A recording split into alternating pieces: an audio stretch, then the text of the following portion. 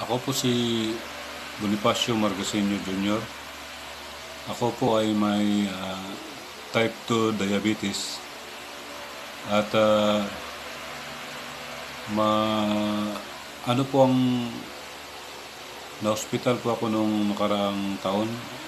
Ngayon po, medyo nakaka-recover na po dahil sa iniinom kong placenta at M3 po.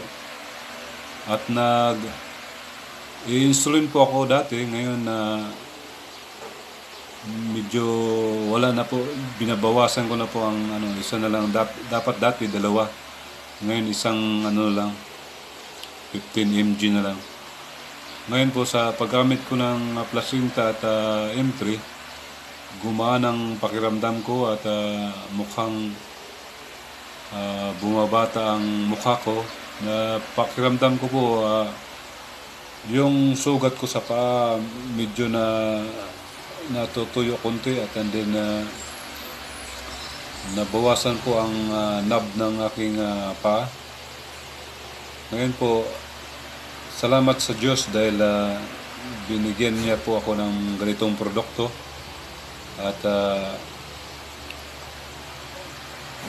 tuloy-tuloy po ang aming pag-inom mag-asawa. Salamat po at God bless all.